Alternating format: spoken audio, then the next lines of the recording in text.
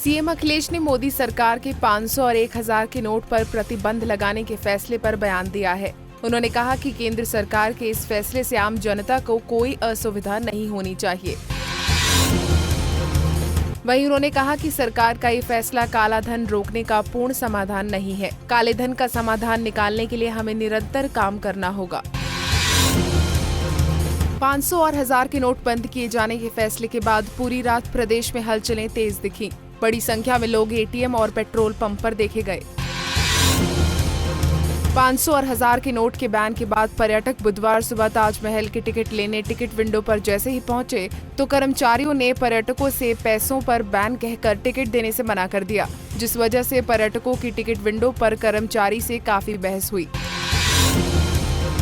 500 और 1000 के नोट बंद किए जाने के बाद रेलवे स्टेशनों पर भारी परेशानी देखने को मिल रही है। मुगलसराय स्टेशन के टिकट काउंटरों पर 100 के खुले नोट न होने की वजह से यात्रियों को टिकट नहीं मिल रही है।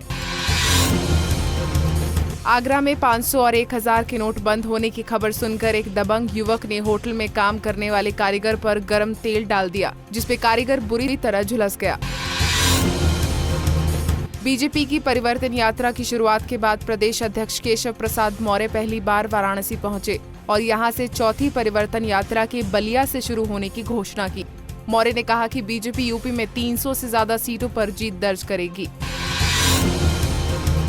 वहीं 500 और 1000 के नोट बंद किए जाने के सवाल पर केशव मौर्य ने कहा कि प्रधानमंत्री नरेंद्र मोदी ने ब्लैक मनी पर सर्जिकल स्ट्राइक कर दी है।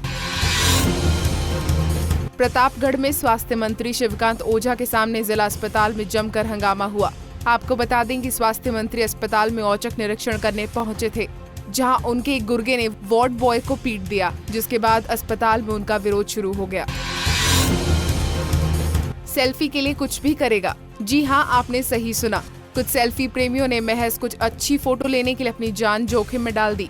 गाजियाबाद के लोनी इलाके में कुछ युवक सेल्फी लेने के लिए पानी की टंकी पर चढ़ गए। कौशाम्बी कचहरी के पास 2 महिलाओं में मारपीट की सूचना पर पुलिस मौके पर पहुंची और दोनों महिलाओं को थाने ले गई। पुलिस की पूछताछ में एक सनसनीखेज खुलासा हुआ। एक युवती ने दूसरी महिला पर आरोप लगाते हुए कहा कि महिला ने उसे महज 2 लाख रुपए के लिए राजस्थान में बेच दिया। देश में कक्षा 1 से 4वीं तक के बच्चों को कोई परीक्षा नहीं देनी होगी। इस बात का खुलासा केंद्रीय मानव संसाधन राज्य मंत्री प्रकाश जावड़ेकर ने किया है। केंद्र सरकार ने इसके लिए कैबिनेट में प्रस्ताव भेजने का फैसला कर लिया है। लखनऊ से चोरी हुई एसपी राजीव मेहरोत्रा की गाड़ी बस्ती के छावनी टोल प्लाजा पर ट्रेस की गई। टोल प्लाजा पर लगे सीसीटीवी कैमरे में चोरी हुई एसपी की गाड़ी को देखा गया, जिसके बाद से पुलिस ने आगे छानबीन शुरू कर दी है।